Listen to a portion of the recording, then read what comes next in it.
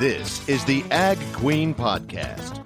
This podcast explores the agriculture industry with the movers and shakers of those shaping it. Here's your host, Lorrie Boyer. Today's podcast is being brought to you by Mystic Lubricants. For a look at their full range of top quality products, visit mysticlubes.com. I am joined by Erin Karney, and she is the incoming Executive Vice President of the Colorado Cattlemen's Association. You and I have talked before. You are not a stranger to this organization. As a matter of fact, though, you've kind of grown up in the organization, would you say? Absolutely. Yeah. I started out as a junior. CCA has a junior Colorado Cattlemen's Association, and I grew up through there, and then was a collegiate cattle in the Cattlewomen's Association, and then came to work at CCA about 6.5 years ago. Would you say most of your adult professional career has been at CCA then? It has. I worked at Agra Beef in their beef processing facility in Washington for about 2 years before making my way back to Colorado after grad school. Yep. Okay. Very cool. Yeah. All right. Well, tell us a little bit more about your background, how you grew up, where you grew up, maybe, some of the unique things about you. I grew up in Los Animas when I was in 7th grade. My parents actually sold the feed mill in town in La Junta and were able to purchase our ranch that we're on now. And so we're in a unique position, as it's always been my parents' goal in order to pass down that ranch to my siblings and me. Funny enough, I'm a 6th generation agriculturist, but in our family, we've never been able to pass down to the next generation. So it was always my parents' goal to be able to do that to their kids. So we're working through that now, and we're firsthand experiencing those challenges. But the family ranch is a cow-calf operation, as well as a small farming operation as well.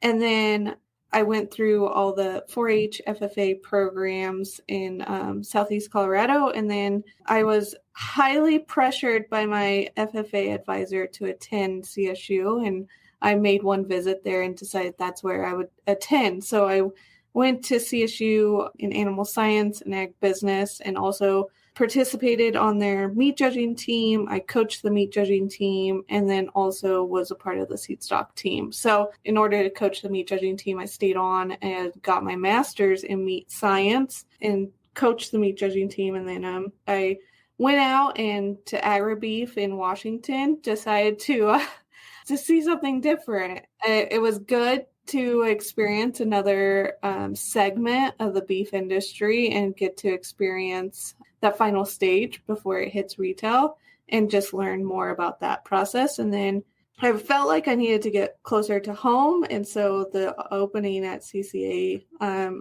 opened 6.5 years ago, and I came back and worked for CCA and have been here ever since. I wanted to ask you something you said in there, your family not being able to pass down their farmer ranch, you being a 6th generation agriculturalist. Why was that? Is it financial reasons or why was that?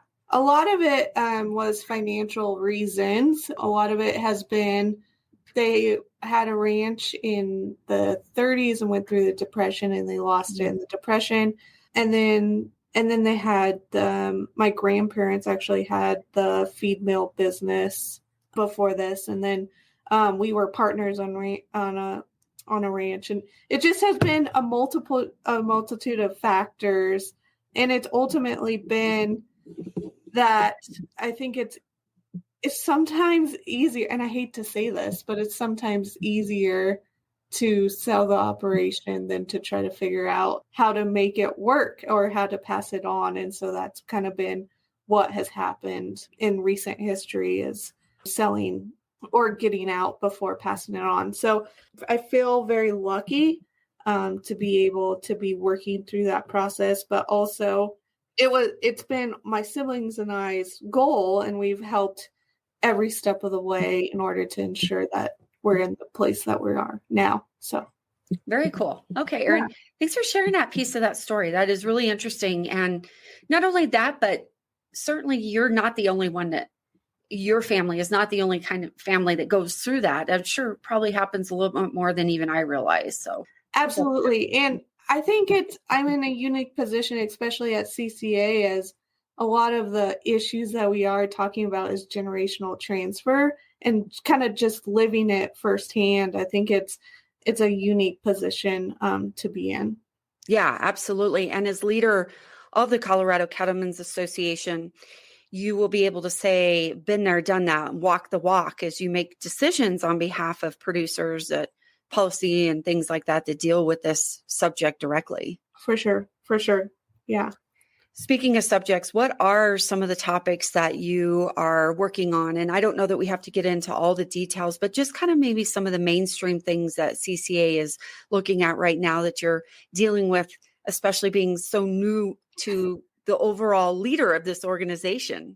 Yeah. As I enter this new position, it's very evident that we're in some of the most complex times when it comes to issues, and it feels like on a daily basis, there's a new one popping up every day. But some of the really big ones that we're involved in is that we just actually filed a lawsuit over the key service providers provision in the ag labor laws, or the ag labor workers' rights, which was Senate Bill 87, which kind of outlined overtime, minimum wage, and then it had this key service provider. And so the Council of Rural Employers, which is all the ag organizations coming together, just filed a lawsuit. And so to strike that provision and not allow this key service provider access, which ultimately kind of allows worker advocates to access any ag operation under this provision. So that was a big one, and it's a big one we're working through, as well as just providing resources to our members under this ag labor and what the new regulations are. Another really big one is wolves, and going through the process of introduction of wolves and making sure that the stakeholders and our members, our voices are being heard through that process and shaping that process.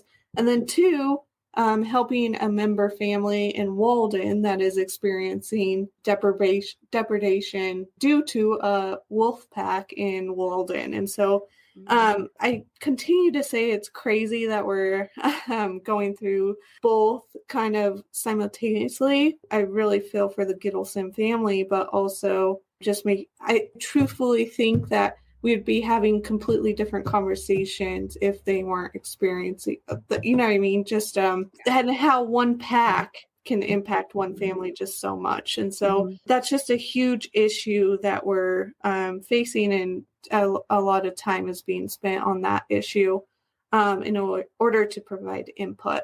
Go ahead, Lorrie. I just thought I'd step in and ask, coming into this position, being new and being young, and I know you've been there, but a lawsuit right off the bat, it's got to be a little scary. So how are you coping with that and kind of encouraging yourself to get through that? Because I know I would be a little scared. Yeah.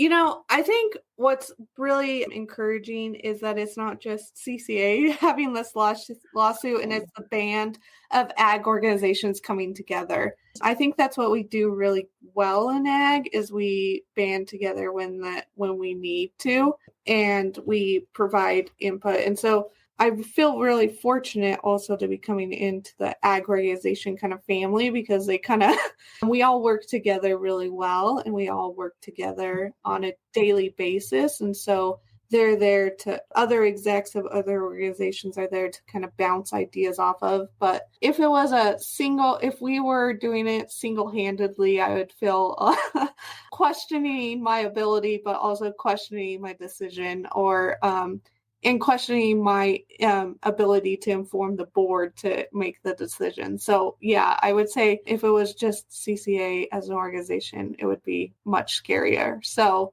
that, I would say, any lawsuit though, and jumping into it is a pretty big step. So fair enough. And I think we all feel you. Yeah. So as I set this interview up with you, I wanted to gear it also just being a woman in ag. And I know this role is changing. There's more women leadership now than ever. And even in my industry, farm broadcasting, more women than ever. When I first started, though, it wasn't like that. And I'm sure even 6 years ago for you, it wasn't like that. So being a woman and being as young as you are, taking over the lead of this organization, how do you feel people are responding to you?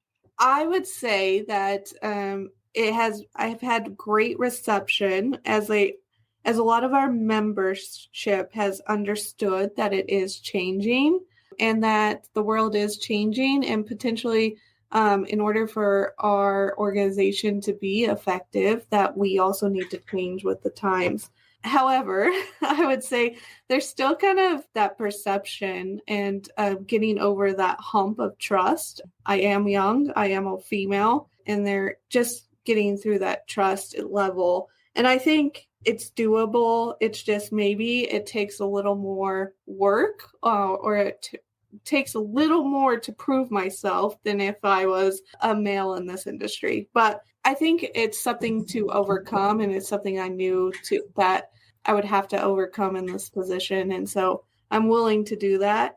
And I think it also really helps that I've been a part of this association, but I've also worked for this association so long, so I know how it works. If I was a female coming in new to this position and just taking charge right away, I think I would be in a completely different position. I think that is really cool and understandable, and the relationships that you've kind of built here in the last 6 years too, where you probably have a lot of support behind you.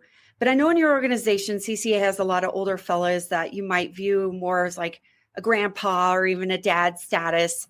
So transferring from where you were to being a leader, how does that feel with those types of relationships? Is that good, or is it a little awkward right now? I would say it's good. And I think you also have to know when to push back on ideas, and especially when it's those father or grandfather situations, and know how to push back or just stand your ground. But a really funny story is when I actually first started at CCA and applied for the job, Terry actually called my dad to say, would she be good for this position or anything like that. And my dad had previously served on the CCA board, and he's pretty close to CCA. But anyways, my dad said, yes, she's very passionate. And secondly, you better watch out, because she'll tell you her opinion and she'll tell you how it is. And because I have 3 siblings, so there's 4 of us total. And of all the ones that stand their ground and usually fight with my dad, it always happens to be when we're working cattle, it's me. So I have toned it down a little as I've gotten older, but I would say that has helped shape kind of how my relationship with my dad, but also shape my relationship with those members to help them understand where I'm coming from and to understand where they're coming from. So I love it. That's a great story. And again, you're really good at prove-up points. That's a really good prove-up point that I'm sure all females listening in, including myself, have gone through something very similar to that, where you've had to be assertive and have had to push back, I guess, if you will, to use that word, without, looking like the traditional crazy lunatic women. But I think that's changing so much as well. I'm not sure that view is near as prevalent as it used to be. We continue with this discussion with Erin Karney right after this. Since 1922, Mystic Lubricants has been providing superior performance and protection for farmers who demand the most out of their equipment. Today, Mystic continues to develop products in real-world conditions that are specially formulated to meet the unique demands of your specialized machines. They provide advanced protection for engine longevity and are the choice of people who make a living working the land. Learn more about Mystic products at mysticlubes.com. That's MYSTIK lubes.com. How do you feel right now about maybe some of your insecurities? Or you feel like, and you always have them, they never stop, but they get better or they change. Do you feel like you're handling them well? Are you doing some self self-care and maybe some self-development to try to work through those and keep moving forward? Yeah, going through this process, because it's probably been about a year process that the conversations have happened about transitioning to the EVP position, but also about what that position will look like and what the association will look like. And just through this entire process, I will say it hasn't been easy. And I think it's so easy to see the headlines and just think like, oh, that's awesome, but not realizing all that's happened behind the scenes or leading up to those headlines. But it's also, there's been a lot of insecurities of second guessing myself and second guessing my abilities. And I think everyone, and especially women in these positions and industry, go through that on a daily basis. But I think it's having a great support system around you to assure you that you're in your right position, you're doing the right things is number one. And two, really looking, digging deep and looking and making sure that this truly is what you want to do and what I want to do. But it hasn't been easy, I will say. It's been a tough, and just, I think more than anything is second guessing my abilities, and second guessing this position or me in this position. But ultimately, it was that support system, digging deeply and just reassuring that, hey, if it doesn't work out, you'll just get fired in a year. And and what's that? How bad is that? Yeah, that's a good point, actually. Yeah. And then there's that. Yeah. But hopefully that doesn't happen. So you're the first female executive vice president of CCA. And what is cool about that, I mean, part of me is like, I don't like to highlight that because it shouldn't be a highlight. It should just be, you know what, this is what it is. Doesn't matter if you're female or not. But the other part of me admires that so much. And I feel like I want to shed light on that because you are making history for other women. And I want to come back to that. But talking about your support source and just kind of looking at the larger picture, at least in Colorado, we have our first state commissioner of agriculture being female. You have a female president of the Colorado Livestock Association and Mary Kraft. We're starting to see more and more of that. I think Colorado really is at the leader of some of those, having our first in the females leadership roles we are. So you're right in there. And I think that's admirable. And I want to point that out as well. Now, when you are working with other women and maybe some others that are younger than you that might want to be following in your footsteps, like what kind of advice would you give them? How would you help them along? Yeah, thank you.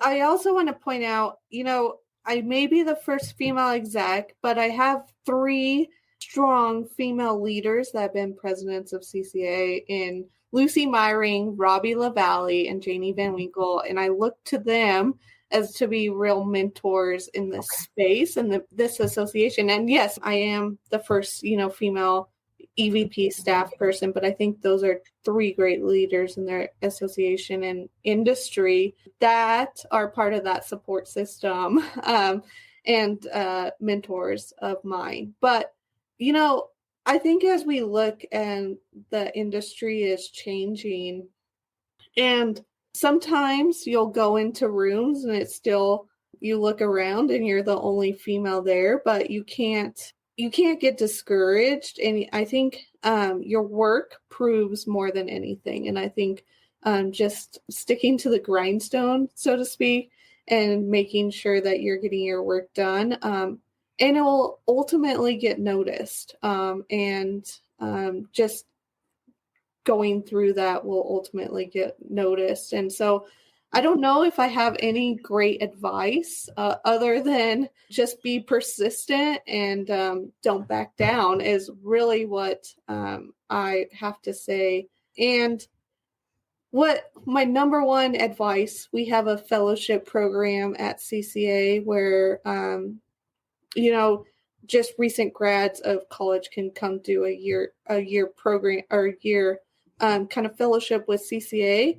And a lot of times what I tell them is if you're passionate about the association, about the industry, that will take you further than anything. And so I think if you're passionate, you're willing to go that extra mile. You're willing to work that hard, a little harder, to ensure that product is a good product and you're getting it to the finish line. That's good advice for all of us. Yeah, exactly. Good advice in general, but get totally gearing that towards even younger women. And you mentioned your mentors. I was going to ask you about that too. I think mentorship is so important, but I think there's a different mentorship feel amongst women versus men. I've had male mentors for a long time, but it's just different. It's just a different dynamic when you're with another woman. I feel like there's more investment in that mentorship. I could be wrong.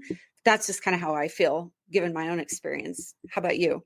Yeah, I would say, I definitely have male mentors in my FFA advisor, who's now the FFA Foundation director, Dawn Thorne, has been a family friend, but also a mentor of mine since I was in high school, and it's continued on through college and now. And then I would also be remiss if I didn't say Terry.